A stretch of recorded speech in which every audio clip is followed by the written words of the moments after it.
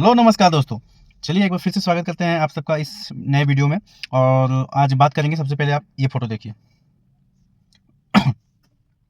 देख लिए, ये मनीष जी हैं, है ना। इनका जो है मैटर है कि इनकी पत्नी जो है बिना डाइवोर्स का किसी दूसरे के साथ में लिविंग में रह रही है, ठीक है। इनके दो बच्चे हैं, एक 6 साल का, एक 3 साल का। ये दोनों बच्चे जो है इनके साथ हैं, मनीष जी के साथ है, ठीक है। अब ये मनीष जी का कहना है कि मैं सेक्शन 9 भी लगाया और मतलब बहुत तरह की कोशिश कर लिया, थाने से भी आवेदन भिजवाया, सेक्शन 9 का भी सहारा लिया, लेकिन वो मेरी पत्नी आई नहीं। तो सबसे पहले दोस्त कि सेक्शन 9 आप करो ही मत, ठीक है। सेक्शन 9 का कोई फ़ायदा नहीं है, ये एक सिर्फ आपके एडवोकेट का ही फ़ायदा है और कुछ नहीं है, ठीक है। सेक्शन 9 में आज तक का 1000 केस उठा लो, 2-4 लड़कियां आई है तो आई है, वरना नहीं आई। लेकिन ये देखो, ये जो लड़की है घटिया कानून का कैसे दुरुपयोग कर रही है, ठीक है। कानून का कैसे, कानून की छाती पे पैर रख के आगे बढ़ती जा रही है। 2 बच्चे, इस बेहया औरत को शर्म भी नहीं आ रही है, दूसरे के साथ में लिविंग में रह के अपने बच्चे को भी छोड़ दिए, पति को भी छोड़ दिए, ठीक है। उसके बाद भी इसका पति ये चाहता है कि हम अपनी पत्नी को रख लें, ठीक है।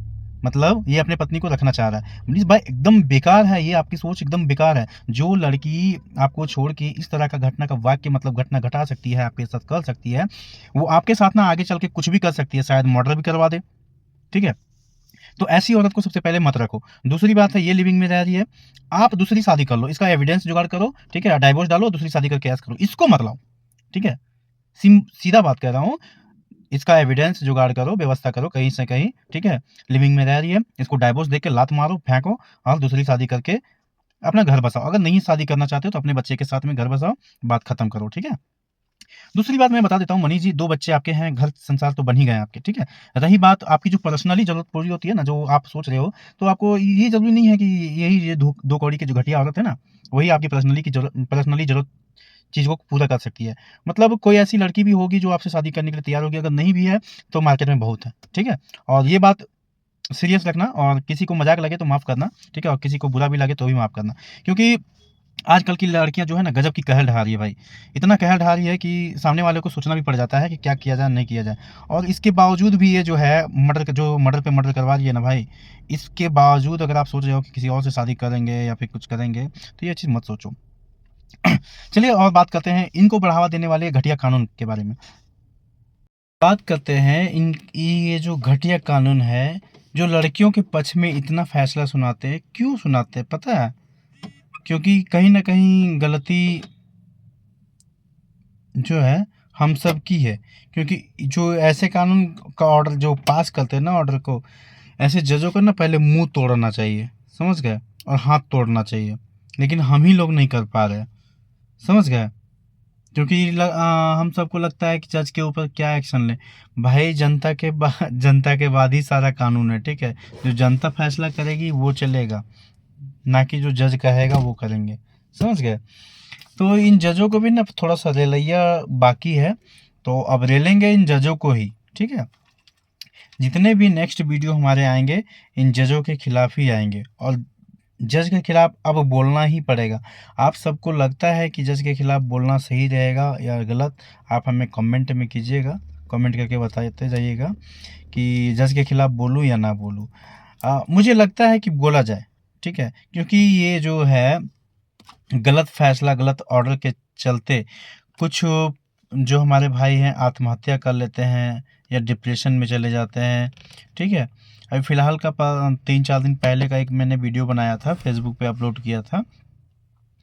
ध्यान देना, वो भाई का इनकम ही 15,000 रुपया है, 15-16,000, ठीक है। वो मतलब पंखा वगैरह रिपेयरिंग नहीं होता है, वो रिपेयरिंग का काम करता है। अब क्या ही कमा लेगा उसमें, सोचो ज़रा। तो वो खुद ईमानदारी से मुझे बताया कि भाई मेरे इनकम जो है 15,000 रुपया है, ठीक है। कभी कभी मतलब 16,000 सीज़न में आ जाता है, कभी कभी सीज़न नहीं रहे तो 13,000 भी, 12,000 भी, लेकिन एक मिनिमम वो बोला कि 15,000। लेकिन उसका मेंटेनेंस, वो जो जज है, 2 कौड़ी का औकात रखने वाला वो जज भड़वा दल्ला, ठीक है, वो मतलब क्या चीज़ ऐसा देखा कि 15,000 में 15,000 रुपये मेंटेनेंस बांध दिया। अरे मेंटेनेंस दे ही क्यों, क्यों देगा बताओ ना, हाँ।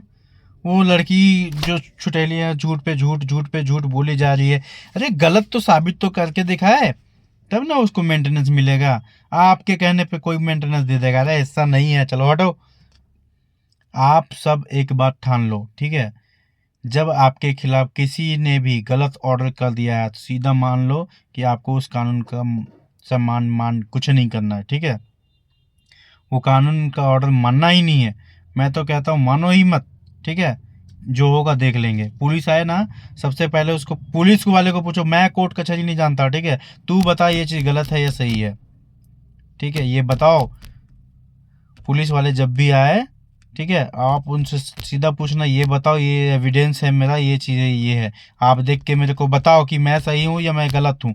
अगर मैं गलत हूँ तो इसका जांच करो, ठीक है, और अगर मैं सही हूँ तो भी जांच करके उस जज को अंदर करो, ठीक है। आपके पास पावर है, क्यों नहीं है? आप भी कानून के रखवाले हो, वो भी कानून के रखवाले हो, ठीक है, दोनों कानून के रखवाले हैं। तो एक गलत कर रहा था, आप उसके ऊपर एक्शन क्यों नहीं ले सकते? लेना पड़ेगा। अगर नहीं ले रहा है पुलिस वाले, सीधा आगे ऊपर लिखते जाओ, ऊपर लिखते जाओ लेटर, ठीक है, बड़े पोस्ट वाले को, है ना।